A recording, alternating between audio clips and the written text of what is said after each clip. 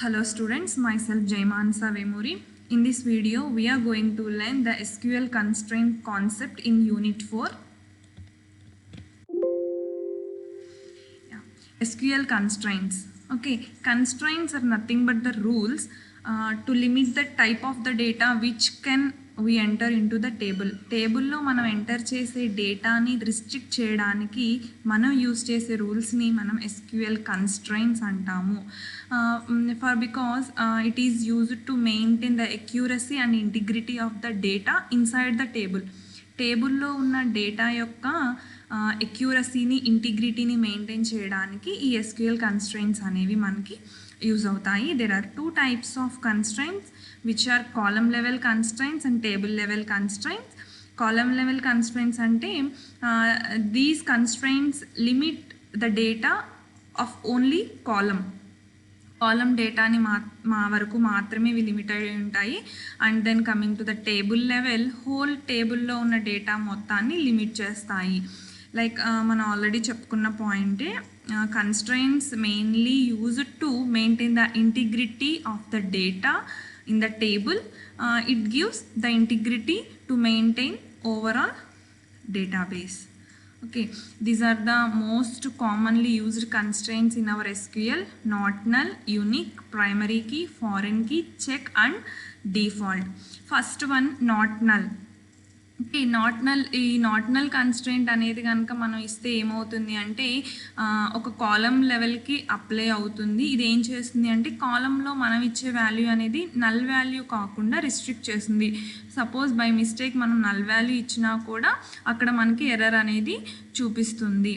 Okay, మామూలుగా మనకున్న constraints అన్ని మనం టూ లెవెల్లో, ఏదర్ కాలం లెవెల్లో నెక్స్ట్ టేబుల్ లెవెల్లో, రెండు లెవెల్స్లోనూ మనం క్రియేట్ చేసుకోవచ్చు. కానీ coming to the not null, ఇది ఓన్లీ కాలం లెవెల్లో మాత్రమే మనం ఓన్లీ టేబుల్ లెవెల్కి మాత్రమే ఇది అప్లికబుల్ అవుతుంది. మనం కాలం లెవెల్లో మళ్ళీ దీన్ని యాడ్ చేసుకోలేము. Okay, this is the syntax. Like create table name, మనకి కాలం నేమ్ ఇచ్చుకుని డేటా టైప్ ఇచ్చి నాట్ నల్ అనే కన్స్ట్రెయింట్ ఇస్తే కనుక ఏమవుతుందంటే మనం ఏ అట్రిబ్యూట్కి అయితే నాట్ నల్ అనే దాన్ని మనం అప్లై చేసామో దానికి నల్ వాల్యూస్ని అది యాక్సెప్ట్ చేయదు. మిగతా కన్స్ట్రెయింట్స్తో కంపేర్ చేసుకుంటే ఈ నాట్ నల్ ఏంటి అంటే టేబుల్ లెవెల్లో మాత్రమే మనం ఇవ్వగలము. లైక్ కాలం లెవెల్లో మనం దీన్ని ఆల్టర్ కమాండ్ యూస్ చేసి మనం ఇవ్వలేము. Next, unique constraint. Okay, go with the practical. Okay, here first not null. Here I am creating a table. Create table. I am taking student అనే టేబుల్ తీసుకుంటున్నాను with student number. Yeah, I am giving the constraint not null for the attribute student number, not null. Another attribute name,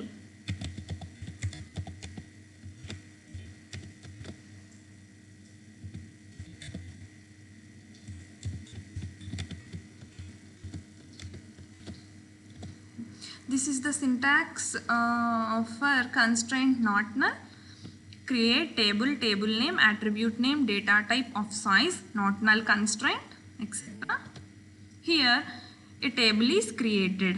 okay, అంటే ఇప్పుడు ఏంటి అంటే ఈ student number అనే value మనం ఇచ్చినప్పుడు నల్ వాల్యూస్ని ఇది యాక్సెప్ట్ చేయదు. ఓకే, ఎలా తెలుస్తుంది అంటే I'm inserting A value, insert into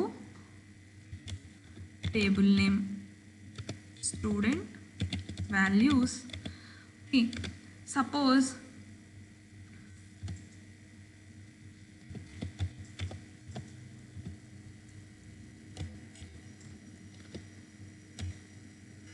okay, చూడండి ఇక్కడ మనకి ఎర్రర్ చూపిస్తుంది. అంటే ఇక్కడ నేను ఎంటీ వాల్యూ వదిలేసాను కాబట్టి ఇక్కడ మనకి ఎర్రర్ చూపిస్తుంది. అలానే suppose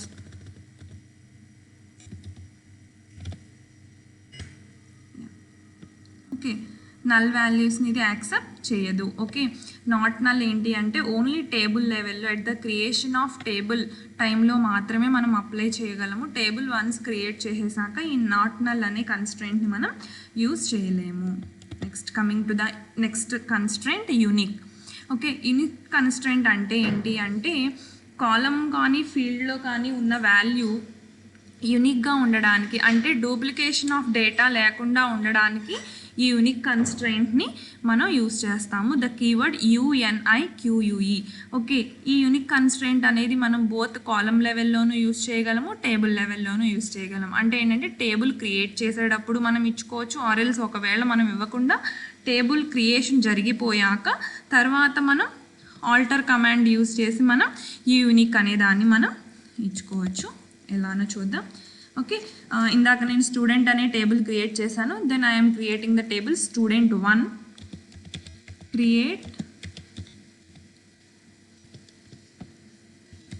table stud.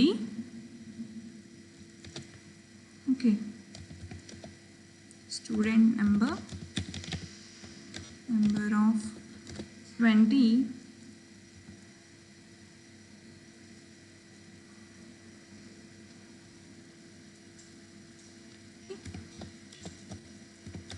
not null, name varchar2 of 50. I am creating a table with two attributes, student number and name. I am giving this not null constraint for student number, అంటే not null ని తీసుకోదు. Okay, next alter use చేయొచ్చు, అంటే like alter table name, add column use చేసి keyword unique of నేను ఏ అట్రిబ్యూట్కి apply చేద్దాం అనుకుంటున్నాను. Okay,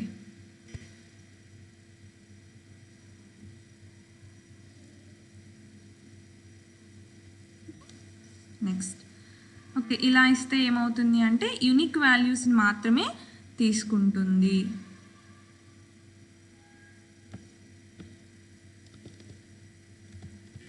okay, table is altered అంటే యూనిక్ వాల్యూస్ని మాత్రమే తీసుకుంటుంది. I'm insert into table values of 101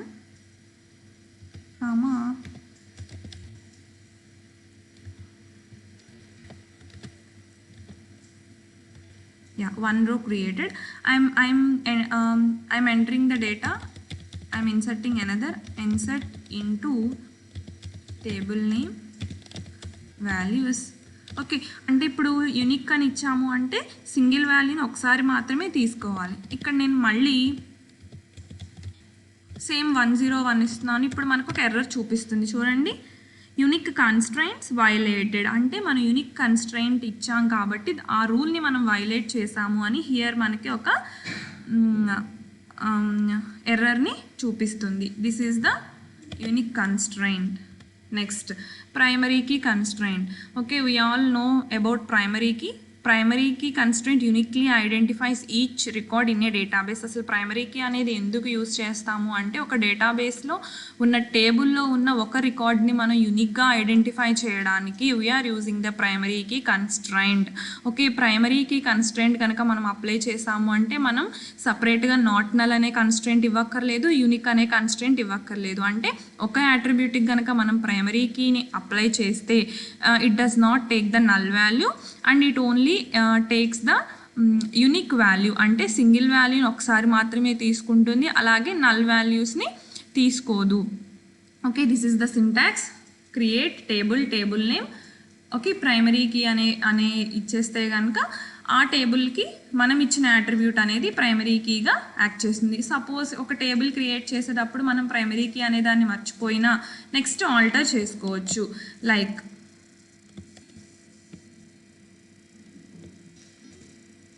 ఇందాక మనము స్టూడెంట్ అనే టేబుల్ని ఒకటి క్రియేట్ చేసుకున్నాము, STUD అనే టేబుల్ని. లైక్ క్రియేట్ టేబుల్ నేమ్, ఒక టేబుల్ని క్రియేట్ చేసుకున్నాం కదా. లైక్ దాని డిస్క్రిప్షన్ ఇస్తున్నాను ఒకసారి. It is the description. ఒక నాట్ నల్ అని చూపిస్తుంది.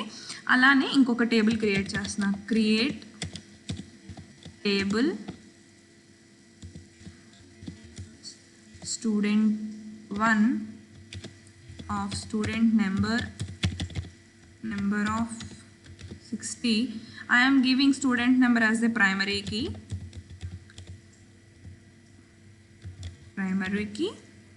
comma name varchar2 of 40.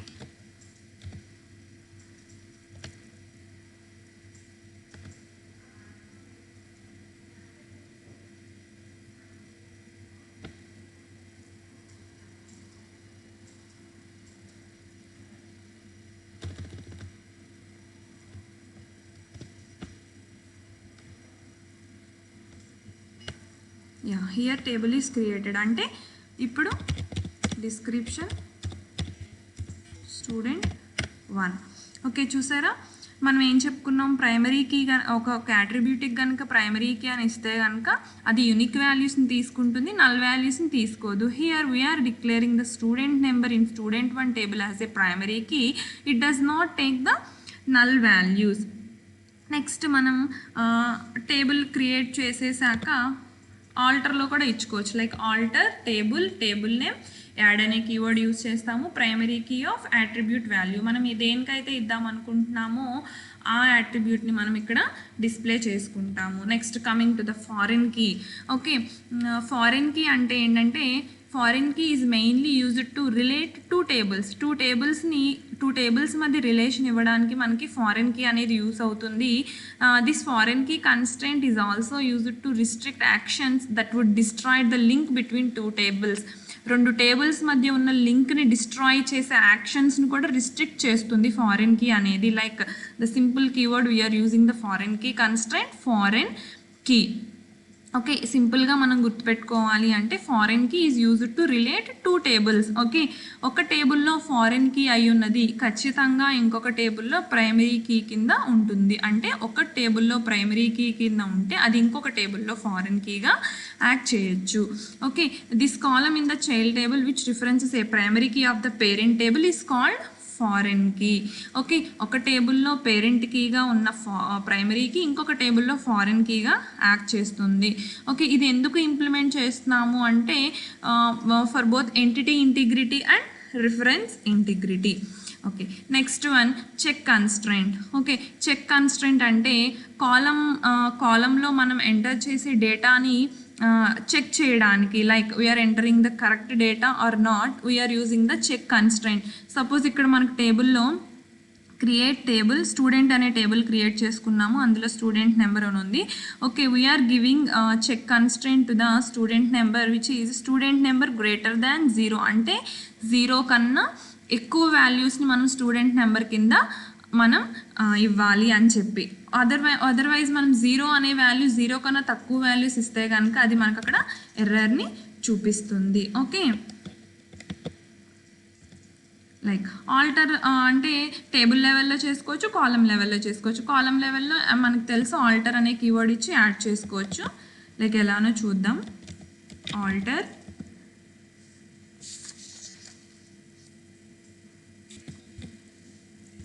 Table student 1 అనే టేబుల్ నేమ్లో యాడ్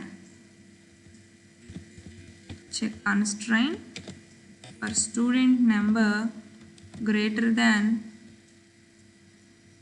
10. నేను 10 అని ఇచ్చాను అంటే 10 కన్నా ఎక్కువ వాల్యూస్ని మనం ఇవ్వాలి. Table is altered. ఓకే, అంటే ఏంటి, ఇప్పుడు నేను స్టూడెంట్ 1 అనే టేబుల్లో ఇచ్చే స్టూడెంట్ నెంబర్ అనేది 10 కన్నా ఎక్కువ వాల్యూస్ ఉండాలి. I am inserting values, insert into student 1 values of I am giving 9, name